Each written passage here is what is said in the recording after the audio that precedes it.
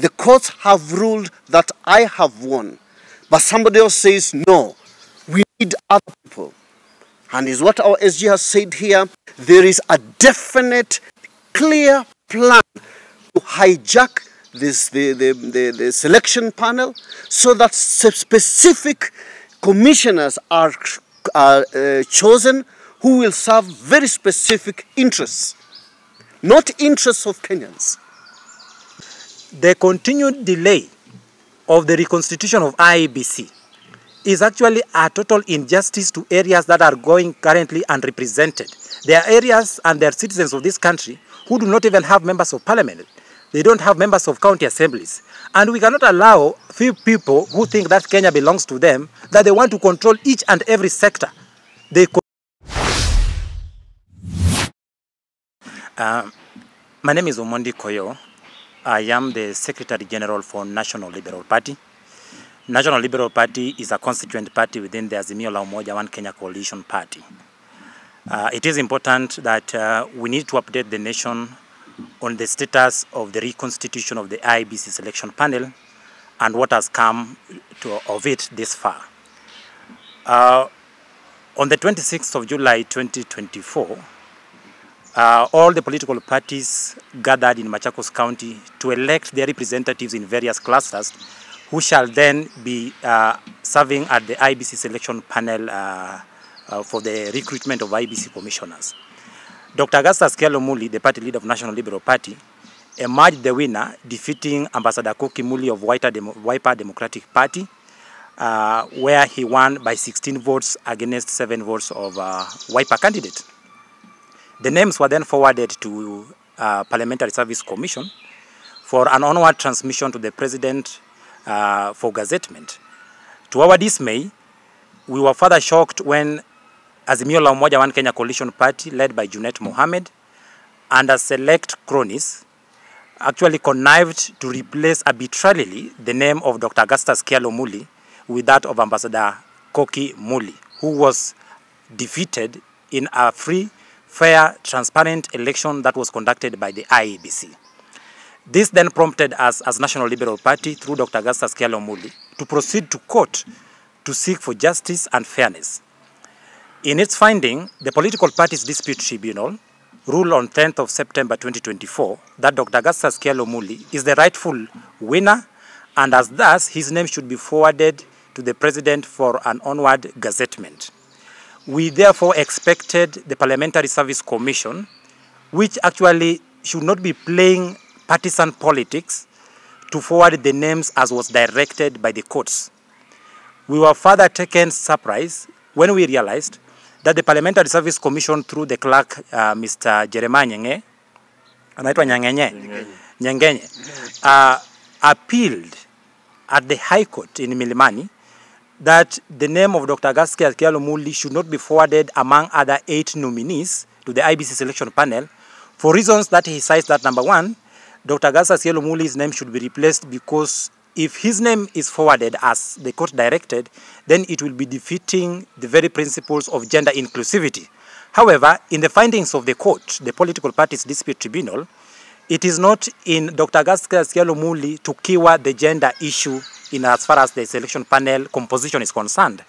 Further to their averments, the Parliamentary Service Commission is asking the courts, part of their prayer, that the name of Dr. Augustus Kyalo Muli should not be forwarded, not unless the Political Parties Dispute Tribunal, the Political Parties Liaison Committee reconstitutes, reconvenes, and elect new IEBC selection panelists.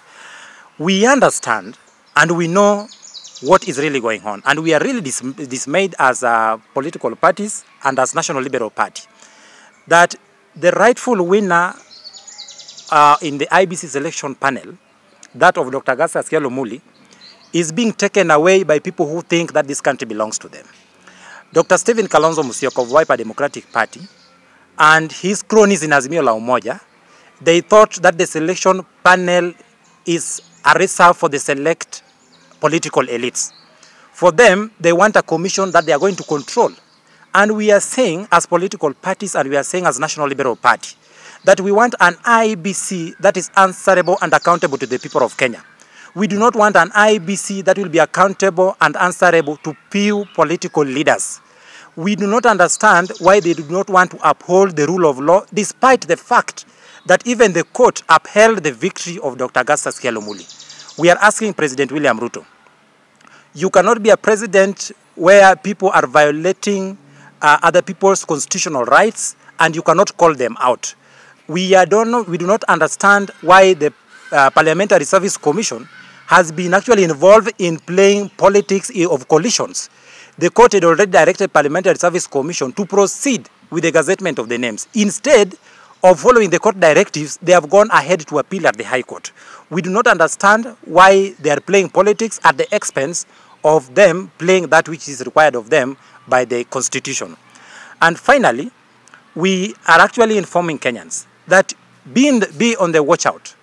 If you see politicians are now angling on how they want to start controlling the IEBC, we can actually assure you that we are not going to have a free, fair, democratic, and a transparent election in 2027.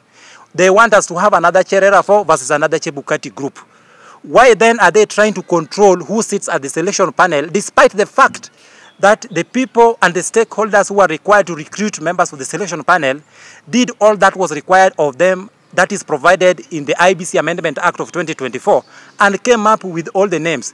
It is only Stephen Kalonzo Musyoka and Koki Muli who are actually holding the whole country at ransom, and we cannot have a new IEBC into place because they are insisting that their people must be in the selection panel so that their panelists can give them a friendly commissioners who will then proceed to interfere with the processes of election and finally the outcome of the 2027 general elections. We call out Kenyans, please come out and defend your country so that you can have a free and a fair IEBC and an independent IEBC. Otherwise, if we allow them to get away with this, then the only thing we can guarantee the nation is that we are going to have a worse IEBC going into 2027 election.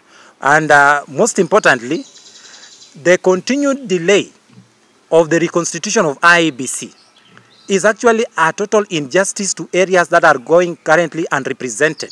There are areas and there are citizens of this country who do not even have members of parliament. They don't have members of county assemblies. And we cannot allow few people who think that Kenya belongs to them, that they want to control each and every sector. They control our security system, they control the electoral system, they control the business world to the detriment and the disadvantage of fellow Kenyans. Thank you.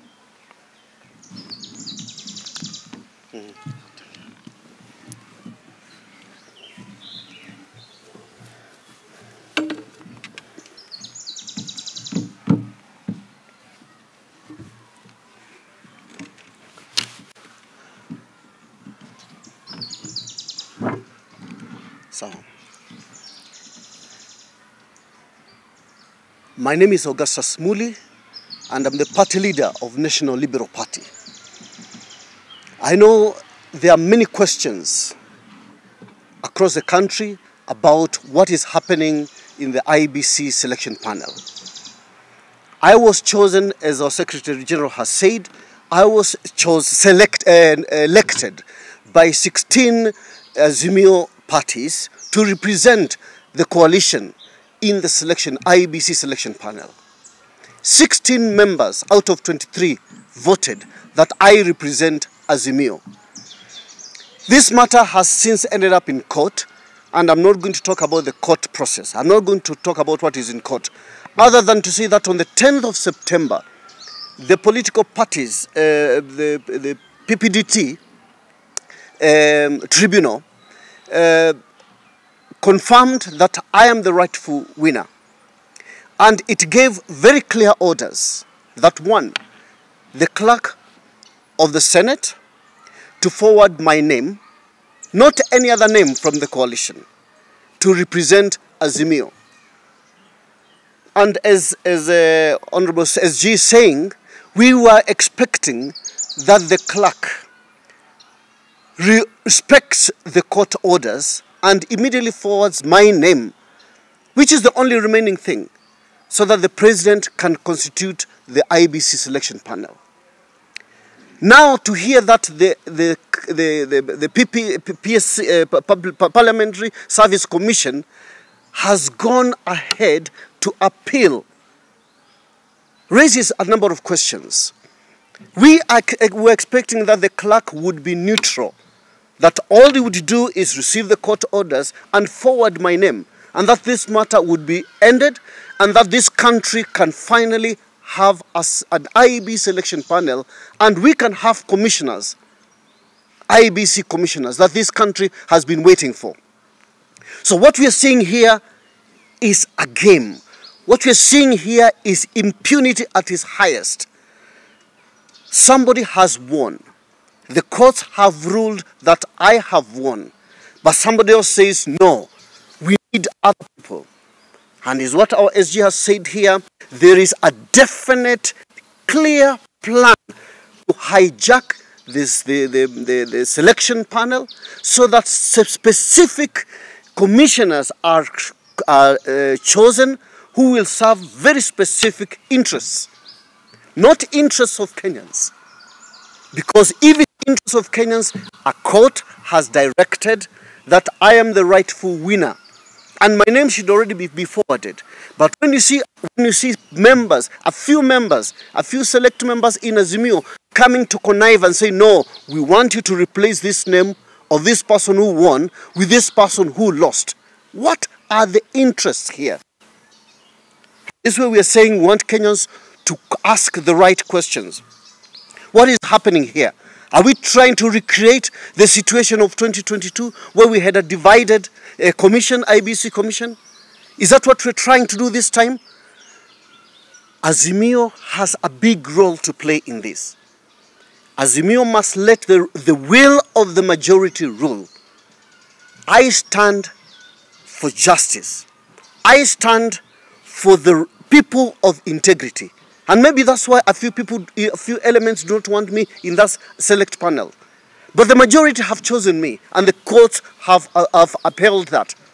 So we want to call on Azimio once more, the minority in Azimio who are trying to change the will of the majority, that they respect the courts. And again, we are calling on the president. It's time now for him to come clean on this. Let him come clear. Let him direct that the constitution must be followed. The court has ruled. There is no court order that bars my name from being forwarded to the president. Let the law take its course. Thank you.